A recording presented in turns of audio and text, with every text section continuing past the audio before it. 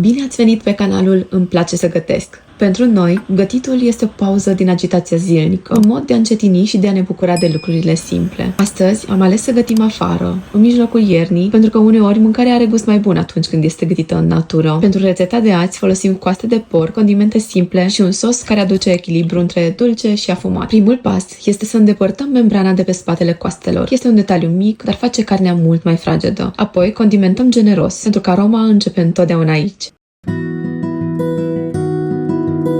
Gătitul afară te obligă să ai răbdare. Nu poți grăbi focul, nu poți controla vremea și poate tocmai asta face experiența mai specială. Pregătim sosul care va completa gustul coastelor. Nu trebuie să fie complicat, doar bine echilibrat, dulce, afumat și ușor condimentat. Combinația perfectă pentru coaste gătite lent.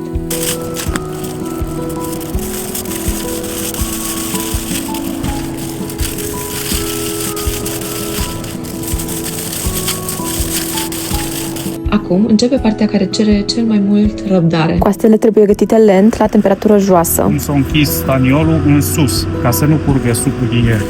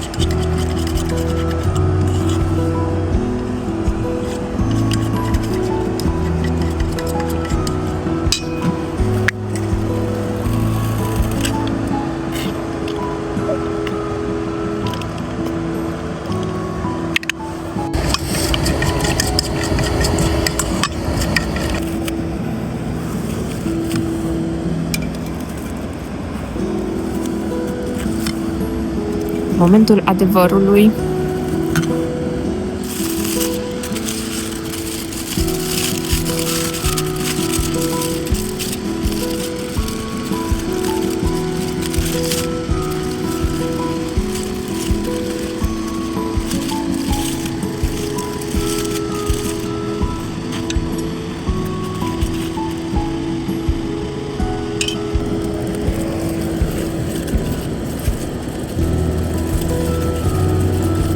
Asta se folosește în combinație cu sosul pentru rehidratarea cărnii cu grătar.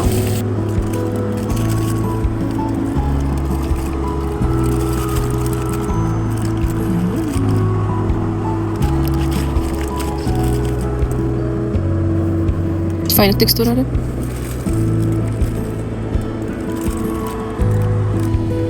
Ce bine arată.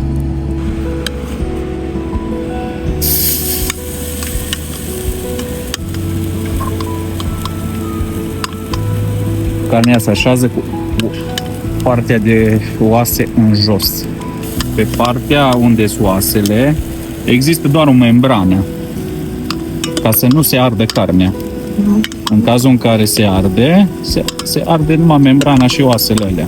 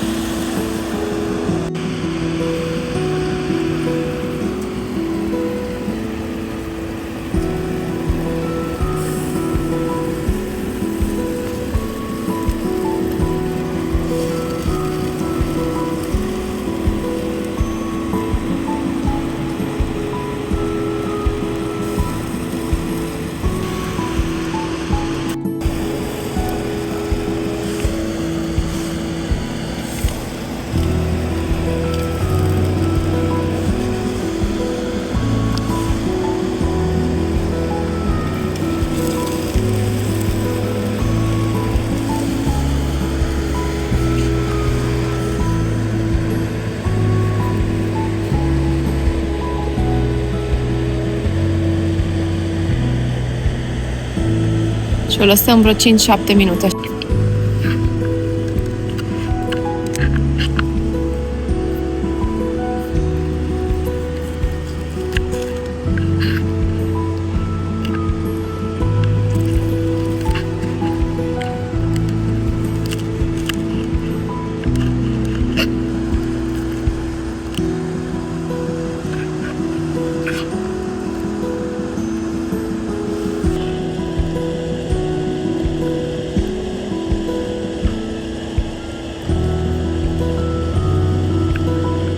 Dacă v-a plăcut experiența asta, ne-am bucurat să rămâneți alături de noi. Pe canalul Îmi place să gătesc, vrem să împărtășim rețete, natură și momente care ne aduc mai aproape. Puneți-ne în comentarii ce ați vrea să gătim data viitoare.